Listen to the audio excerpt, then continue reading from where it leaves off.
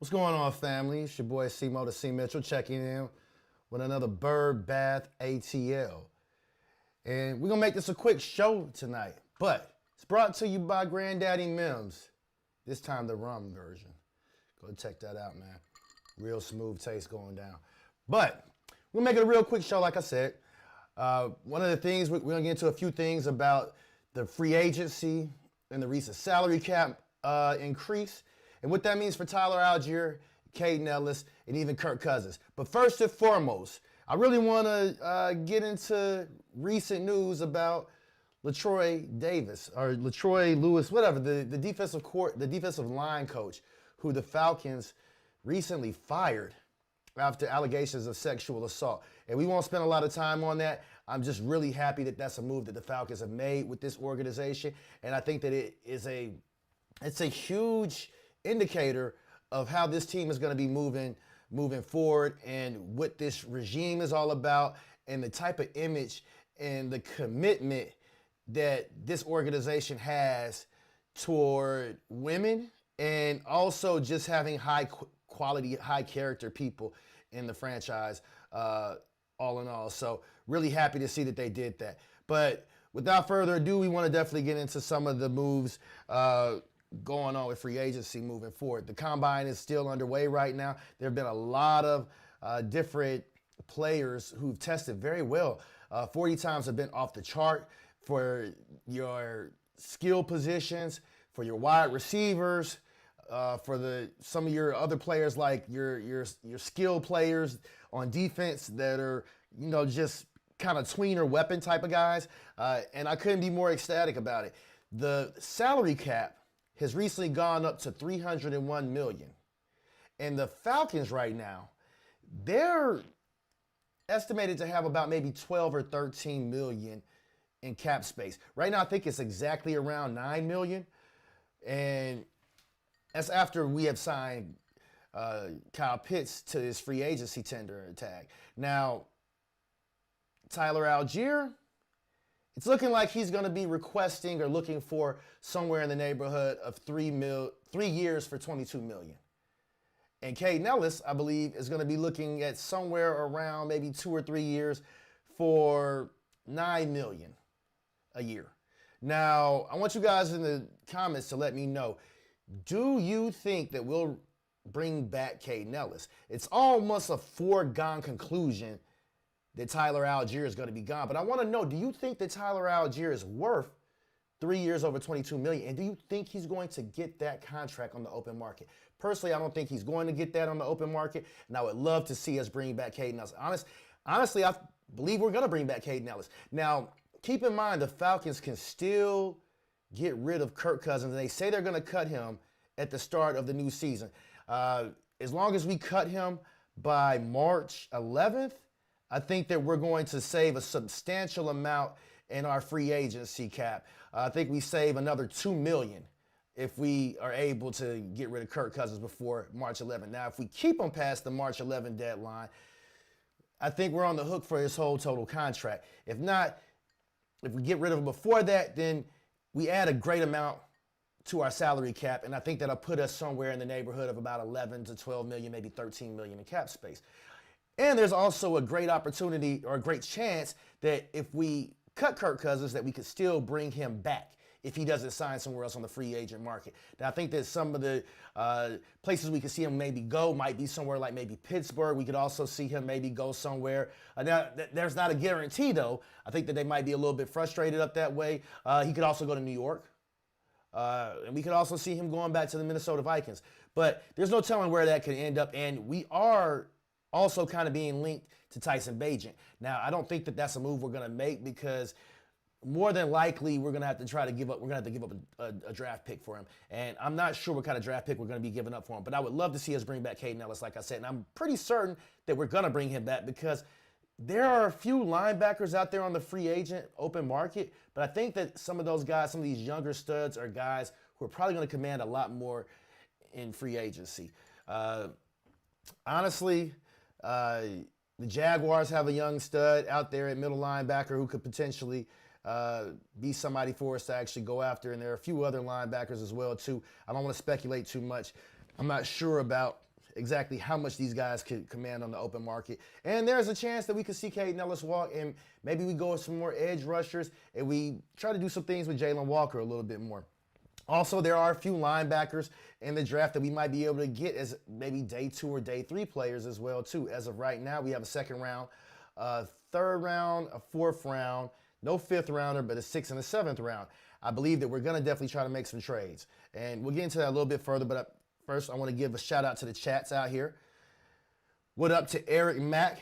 How does this work with the salary cap going up? Shouldn't we have more cap space? Yes, Eric, we do have more cap space added to it, but keep in mind that we already have given Kyle Pitts a franchise tag. And that's something else I wanted to get into as well, too.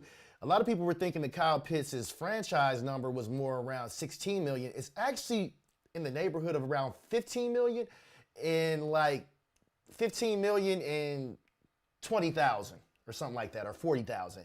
So much more relief to us with what we're doing with the salary cap situation now, and it's a little bit better for us now in that regard. But yes, we do have more salary cap space. And once we release Kirk Cousins, that's going to, again, add another $2 million to our already existing salary cap space. But again, there are a lot of prospects that I really like out there in the draft. And what I believe we're going to do is sign Kaden Ellis. We're probably going to let Allgeier walk, let him see what he can get on the open market. Even if he's not able to sign somewhere else, it's pretty much a foregone conclusion that he's gone because we don't have that much salary cap space. We could, let Kaden Ellis also walk and maybe sign a wide receiver or sign a cornerback. But what I think the Falcons are going to do is actually go after a wide receiver in the draft. There are a lot of, solid wide receiver 2s in this draft. I was looking at Steve Smith's top 10 draft prospects at wide receiver, and he says that he doesn't think this is a deep draft at all in general.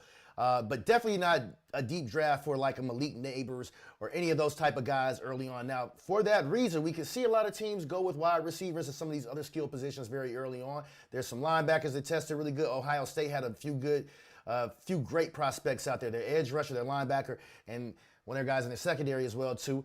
And again, in the next few days, over this next week, I will kind of touch a little bit more on some of those prospects that I like at the draft combine, and I'll kind of go over some of those 40 times and some of those guys that I'm liking a lot more. I got to be at a gig at 5:30 in the morning, so I got to be up even earlier than that. So we're going to make this real quick right now. But there are a few prospects that I like that we might be able to get in maybe the 3rd and 4th rounds as well, too. And I believe that we're probably going to be able to trade up as well, too. Darnell Mooney is a guy that we could potentially deal. If we get rid of Darnell Mooney or if we trade Darnell Mooney away, I think that gives us another $8 or $9 million in salary cap relief as well, too. But I definitely believe that we could go on the route of a wide receiver. I'm really liking, a lot of guys are liking the guy out of Alabama, and I really like what we got out there out of UGA as well too. It's just a matter of who's going to be available when it comes around in the 2nd round to us. But I do believe that we will have some prospects that are there as well. I like Asante Samuels as a cornerback as well too. I'm not sure how the Falcons feel about some of this free agency market at the cornerback position, but there are some studs out there, and there are some opportunities for us to throw our hand in the hat for some of those prospects as well in free agency. But it's looking like the draft is where we're going to have to build at, and I wouldn't be surprised if we made a trade or two to be able to acquire more talent. There's also the center out of Florida who we're rumored to be looking at as a draft prospect as well too. But I don't really like going for any offensive linemen if we're not getting them in the 4th through the 6th round potentially. Also, there's a tight end that we could get potentially later on, and there's some safeties that we could be looking at later on in the draft as well too. I wouldn't be shocked at all if we found us one of those, just baller defensive guys who are just an all-around weapon, similar to what Seattle drafted last year. Imaru, I'm not pronouncing his name right. I don't want to butcher his name, but for Seattle, he's kind of like a guy who's a safety who could play linebacker and play off-ball linebacker a lot more as well too. So, but that's a huge key to our defense, and I think it would be great if we could re-sign Kaden Ellis and maybe draft somebody in the draft that could kind of take over for him in the next couple of years and keep him along with Divine Diablo. We're probably going to extend Divine Diablo after this year as well too. Keep in mind he's on a 2-year deal. We also at tight end still have Charlie Warner, who's on the 3rd year of a 3-year contract. I believe that we could potentially draft a tight end in the draft as well too, but I do believe that the Falcons are definitely going to be in the neighborhood or in the market for trying to get some more picks. Ian Cunningham has said we only have 5 picks as of right now, so I believe that that's definitely leading to us getting some more picks, and it's just going to really depend on what kind of trade partners we have available and kind of how the draft, paces out. Yeah, you never know what's going to happen on draft day as it started to become runs on different players and what's there. That the draft is going to dictate a lot of what we can do and probably where we go moving forward. But you do know that Ian Cunningham is a big fan of trading down and trading up and trying to get more picks. Not quite sure where we are with some of the picks that we could get. Or some of the players that we could deal for picks. I want you guys in the chat to let me know as well who are some guys that you think that you'd like to see us deal as well too for some more picks. I'm gonna tag game with the chat again real quick, and let's see. Eric Mack says if we could strike a deal with Pitts, would that help the salary cap?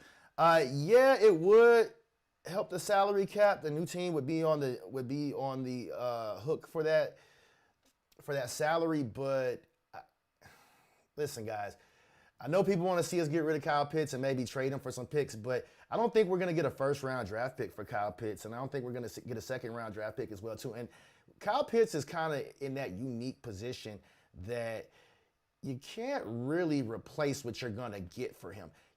Where are we going to find another tight end who gives us 900 yards in the season, who can give us that type of upside of ceiling? You give us between 700 and 1,000 yards. Keep in mind, Kyle Pitts has hit 1,000 yards already before, and I think 88 receptions in the season is his high, career high. So I think he's going to be even more of a red zone target, and whoever the quarterback is going to need Kyle Pitts. And I believe that we're going to do a lot of 11 and 12 personnel, and for that reason, I think that we're going to have Kyle Pitts coming back, and we're going to keep him. I don't think that we're going to make a trade for him. If you trade him, you're still going to have to replace what he does in this offense and replace that production. And you're just not going to be able to replace that. You're going to either spend high draft capital in order to get somebody. And if you get somebody, you're probably going to be grooming him up and hoping that you can really get him into position and hope that you could bring him along fast. And there's no guarantee that he's going to come along as fast as Kyle Pitts did.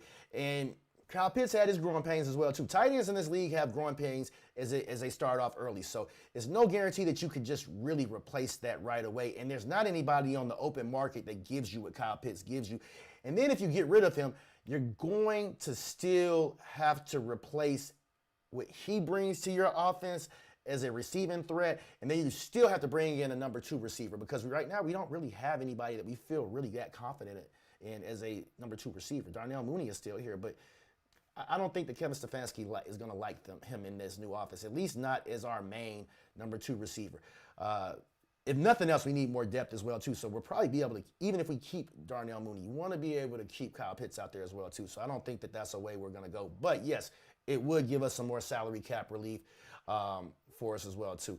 But for that reason, like I said, I think that we're going to draft us a number 2 receiver, or draft somebody who could be a number 3 receiver if we keep Mooney, or maybe Mooney is our number 3 receiver. Again, I think that we're going to go with a lot of 11 personnel that has Kyle Pitts as a big slot receiver, and we're probably going to do a lot of mixing and matching with that, and going in between 12 personnel, which is one running back and 2 tight ends, and kind of just fluidly moving in between that, and a lot of no huddle and playing games with the defense and making them pick their poison and what type of formations and what type of personnel they want to have out there. And Kyle Pitts has become a much better run blocker, especially when he's in the slot, but he's also become a better pass blocker. And for that reason, that allows us to do a lot more delayed routes and a lot more with this offense. And I'll link in the description below. I did a video breakdown about how Kevin Stefanski is probably going to be able to use Kyle Pitts in a lot more creative ways. And I showed a breakdown of what he did with Harold Fannin last year, and as a proxy for what we could be doing with Kyle Pitts. There's also a short for that as well, too. But got about maybe 6, maybe 7 plays on that tape of how they used Harold Fannin in very creative ways, and I believe that for that reason we're going to keep Kyle Pitts, because Kevin Stefanski likes to use the tight end a lot, and he really likes those joker style tight ends that are more off ball, the guys that are more in motion, with keeping a true blocking tight end out there as well too. But again, I want you guys to let me know out there in the comments and in the comments below and in the chat, where do you think this team is going to be going moving forward with our draft picks? Do you think we're going to keep Kaden Ellis? And let me know some linebackers that you guys might like as well too. But the question of the day is, do you think we'll keep Kaden Ellis? I think I said Kyle Pitts, but the question of the day is, do you think that we're going to keep Kaden Ellis? If we don't keep Kaden Ellis, where do you want to see us go at the middle linebacker position? And you cannot say Nakobe Dean, because Nakobe Dean has been injury prone, and if we bring him in here, that's an undersized linebacker who has not played a full season yet. I really like what he brings to the table, but there is a reason that Philadelphia is letting him walk, because he's not durable and he's not reliable. And in this league, they have a saying, the best ability is availability. So I do think that there are some prospects that we could get in the draft, but I also want you guys to let me know who are some of your favorite draft prospects out there right now. We'll do some film breakdowns on those guys as well too. If you haven't already, hit that like and subscribe button. If you like what we're doing over here at Point Game Official on the Bird Bath ATL, we're just shy of 1,000 subs so far. I think we're at right around 942, 943. We got to get those numbers up, baby, man. We got to get those numbers up, man. We're a small pod, small show, but I really love the support that you guys got for us. But help us get those numbers up, man. Like, subscribe, share with your people, comment. Let us know what you're thinking. That's our show for today. Stay tuned. I will definitely be tapping in with you, if not tomorrow, within the next 2 days this week, as we get a lot more information moving forward. Keep in mind that legal tampering is what? Let me find when legal tampering is, as a matter of fact. I think that legal tampering is March 9th. So that's in less than a week. Legal tampering is less than a week.